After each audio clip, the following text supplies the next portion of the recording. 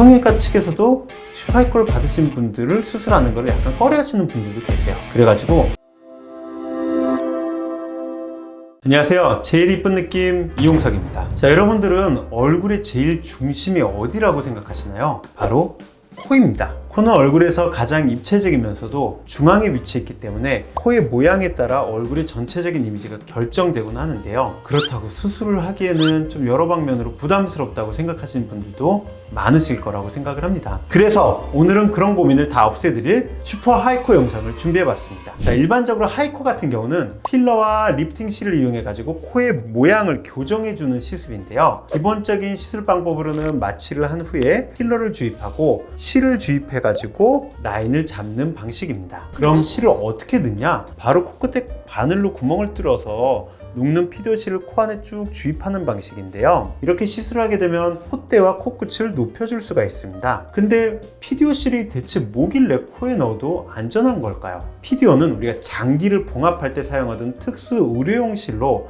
녹는 성질을 가져서 시술 후에는 시간이 지나면서 흡수되고 그러면서 섬유 아세포 활성에 영향을 주어서 콜라겐 생성을 시켜주는데요. 그래도 혹시나 녹지 않고 남아있으면 어떡하지? 하고 고민하실 수도 있겠지만 실은 보통 시술 후에서 반년에서 1년 내에 다 녹습니다. 제가 지금 설명드리는 슈퍼 하이코 이외에도 미스코, 코프팅, 바비코 여러가지 이런 실을 넣는 시술들을 이름들을 각 병원에서 지었고요. 기본적으로 시술 방법들은 다 같은 방법이라고 보시면 될 것 같습니다. 중요한 거는 얼마나 내가 원하는 위치에 원하는 모양을 잘 만들어서 시술을 했느냐가 굉장히 중요합니다. 자, 이런 시술들은 아까 말씀드렸던 것처럼 코끝을 바늘로 뚫어가지고 주입을 하는 방식인데요. 이 구멍으로 콧볼, 콧대, 비주 쪽에 실을 다 주입을 할 수가 있습니다. 콧볼 쪽에 실을 주입하게 되면 넓게 퍼진 콧볼이 이렇게 살짝 리프팅 될 수가 있는데요. 대신 좀 불편감이 따라오는 건 사실이고 파이코가 상당히 두껍기 때문에 안쪽에 이물감이 조금 느껴질 수가 있습니다. 그래서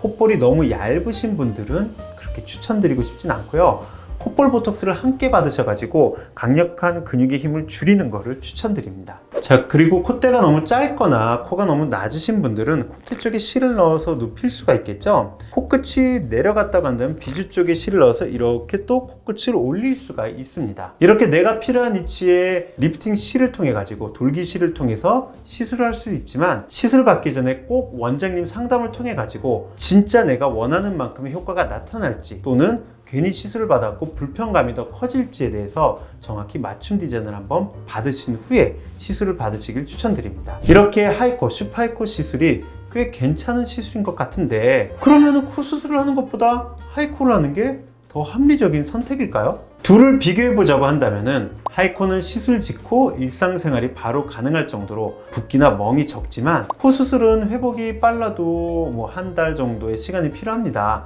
가격 또한 하이코나 슈퍼하이코가 코 성형에 비해서 훨씬 더 저렴한 것도 사실입니다. 하지만 아까 피디오실이 보통 반년에서 1년 안에 다 녹는다고 말씀드렸다시피 이런 하이코나 슈퍼하이코 같은 경우는 유지 기간이 코 수술에 비해서는 길지가 않습니다. 코 성형은 본인이 원하는 라인을 반영구적으로 가질 수 있다는 굉장히 큰 장점도 있죠. 하지만 또 코 성형도 노화로 인해서 보형물이 비치거나 또는 보형물이 삐뚤어지는 부작용을 겪을 수도 있습니다. 그리고 예전에는 높았다고 생각했는데 시간이 지나서 피부 처짐이 생기니까 상대적으로 또 콧대가 낮아 보인다는 느낌이 날 수가 있습니다. 그럴 땐 또 수술 후에도 필러를 받으시기도 합니다. 이렇다 저렇다 서로 장점과 단점이 있는 건 당연한 거고요. 제일 중요한 거는 현재 본인의 상황에 맞게 시술 또는 수술을 하시는 것이니 이 부분을 참고하시고 만족스러운 코를 만드시길 바랍니다. 자, 그럼 이런 하이코나 슈퍼하이코에도 부작용이 있을까요? 자, 제일 치명적이고 큰 부작용은 바로 시술한 실이 튀어나온 현상인데요. 코라는 피부 조직의 특성상 실의 압력을 버티지 못하거나 또는 실이 제대로 들어갔는데 나도 모르게 코끝이 이렇게 눌러가지고 실이 끝부분이 살짝 바깥쪽으로 걸리게끔 할 수도 있습니다. 또는 시술자가 애초에 잘못을 시술해서 실 자체가 제 위치가 아닌 다른 위치에 자리를 잡고 있다 보니까 실이 삐져나올 수도 있습니다. 이럴 땐 바로 시술받은 병원을 내원하시게 돼서 실을 제거해 주시면 되고요. 끝부분 살짝 튀어나온 것 같으면 바로 제거가 가능하고 일상생활에 전혀 지장이 없기 때문에 편하게 내원해 주셔도 괜찮습니다. 대부분 한 달 정도를 말씀드리죠. 기본적으로 내가 좀 많이 부었을 때에는 실도 좀 잘 움직일 수가 있겠죠. 조직이 느슨하면 돌기가 아무리 있더라도 돌기가 걸리지가 않아요. 그래서 붓기가 빠져야지 돌기가 잘 걸립니다. 안경은 가급적 2주간은 안 써주셨으면 하고, 실은 실제로는 중앙으로 들어가기 때문에 안경을 이렇게 중앙에 걸치시는 분들은 없잖아요. 그래서 양쪽으로 걸치기 때문에 실 자체가 눌리진 않아요. 그래도 안경만 써도 우리가 코 옆이 이렇게 눌리죠. 필러를 넣었을 때 여기가 가쪽에 조금 눌려가지고 콧대 이쪽이 좀 얇게 나타나시는 분들도 계십니다. 그래서 안경은 2주 정도는 너무 쓰지 않는 걸 추천드리고요. 우리가 이제 달라진 콧대가 됐잖아요. 그런 거 달라진 콧대에 맞춰서 안경점을 가셔서 이 코 받침 부분을 다시 맞추셔야 됩니다. 기존의 실이 남은 상태에서 실을 넣는 건 좋지 않기 때문에 안전하게는 1년을 말씀드립니다. 기본적으로 실이 다 녹은 다음에 다시 실을 넣는 게 좋습니다. 왜냐면은 실이 정확히 가운데 축을 딱 잡고 있는데 새로운 실이 들어가면 그 실이 밀리겠죠. 필러 같은 경우는 중간중간에 채워넣으시는 분들도 많습니다.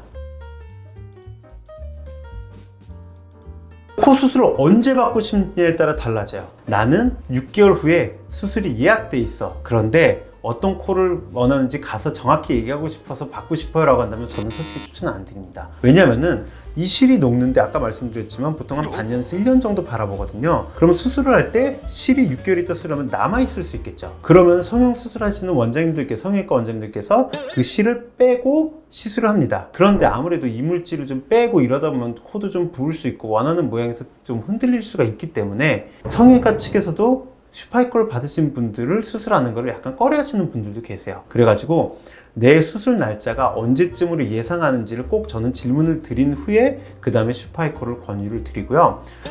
저는 수술을 언젠가 꼭 받을 거예요. 근데 슈파이코를 받아보고 효과가 괜찮으면 얘가 이제 다 사라진 다음에 수술 받을 거예요 하시는 분들은 당연히 받아보시는 걸 추천드립니다.